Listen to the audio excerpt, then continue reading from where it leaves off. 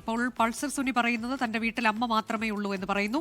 രണ്ടാം പ്രതി മാർട്ടിൻ പറയുന്നത് മുൻപ് ഒരു കേസിലും താൻ പ്രതിയായിട്ടില്ല, ഒരു തെറ്റും ചെയ്തിട്ടില്ല, നിരപരാധിയാണ്, ചെയ്യാത്ത തെറ്റിന്റെ പേരിൽ 5.5 വർഷം ജയിലിൽ കിടന്നു എന്ന് പറയുകയാണ്. ഇനി വീട്ടിൽ ജോലിക്ക് പോകാൻ താൻ മാത്രമേ ഉള്ളൂ, തന്നെ മോചിതനാക്കണമെന്ന് പറഞ്ഞുകൊണ്ട് പൊട്ടിക്കരയുന്ന രണ്ടാം പ്രതിയെയാണ് കോടതി മുറിയിൽ ഇപ്പോൾ കാണാൻ കഴിയുന്നത്. ആ വാദം തുടരുകയാണ്.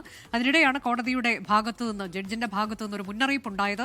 വളച്ചൊടിച്ചാൽ നടപടിയുണ്ടാകുമെന്ന് പറയുകയാണ്. ജഡ്ജിന്റെ ഭൂതം തെരഞ്ഞു പോകരുത്, കൃത്യമായി തന്നെ വിവരങ്ങൾ നൽകണം, പല ഘട്ടങ്ങളിലും പലത് നൽകുന്ന കാഴ്ചകൾ കാണുന്നുണ്ട്, ഒപ്പം വളച്ചൊടിച്ചുള്ള വാർത്തകൾ നൽകിയാൽ നടപടിയെടുക്കേണ്ടി വരും എന്നൊക്കെ പറയുകയാണ്. ഏതായാലും ഏത് സാഹചര്യത്തിലാണ് ജഡ്ജ് അങ്ങനെ ഒരു പരാമർശം നടത്തിയത് എന്നതിന് വിശദാംശങ്ങൾ നമ്മൾ അറിയേണ്ടതുണ്ട്. എസ് വിജയകുമാർ കൂടിയുണ്ട് ന്യൂസ് ഡെസ്കിൽ നിന്ന്. വിജയകുമാർ, ഇതും ഒരു അപൂർവതയാണ്. അതായത് ജഡ്ജ് ഇത്തരത്തിലേക്ക് ഒരു പരാമർശം നടത്തേണ്ടി വരുന്നു എന്നത്, ജഡ്ജിന്റെ ഭൂതവും ഭാവിയും തിരയരുത് എന്ന് പറയേണ്ടി വരുന്നു, വളച്ചൊടിച്ചാൽ നടപടിയെടുക്കേണ്ടി വരുമെന്ന് പറയുന്നു. ആ തരത്തിലേക്ക് ഇത് നമുക്കറിയാം, പൊതുസമൂഹം ഏറ്റെടുത്തൊരു കേസാണ്. അതിൽ ഈ ശിക്ഷാവിധി വന്നതിന് ശേഷം പലതരത്തിലുള്ള അഭിപ്രായ പ്രകടനങ്ങൾ പല കോണുകളിൽ നിന്ന് ഉയർന്നു വരികയും ഒക്കെ ചെയ്ത സാഹചര്യത്തിലൊക്കെ ആകാം ഒരുപക്ഷെ അങ്ങനെ ഒരു പരാമർശം കോടതിയുടെ ഭാഗത്തുനിന്നുണ്ടാകുന്ന അപൂർവമായ ഒരു കാര്യമാണ് എന്നാണ് ഞാൻ അതിനെക്കുറിച്ച് കരുതുന്നതും. ഏതായാലും ഇതിലെങ്ങനെയാണ് ഇതിന്റെ ഒരു വിധിയിൽ വാദം ഇനി മുന്നോട്ട് പോകുന്നത്? 6 പ്രതികൾക്കും പറയാനുള്ളത് കേട്ടിട്ട് ഇന്ന് തന്നെ ഉച്ചയ്ക്ക് ശേഷം ഒരുപക്ഷെ ശിക്ഷാവിധി പ്രഖ്യാപിക്കാനുള്ള സാധ്യതയാണോ കാണേണ്ടത്?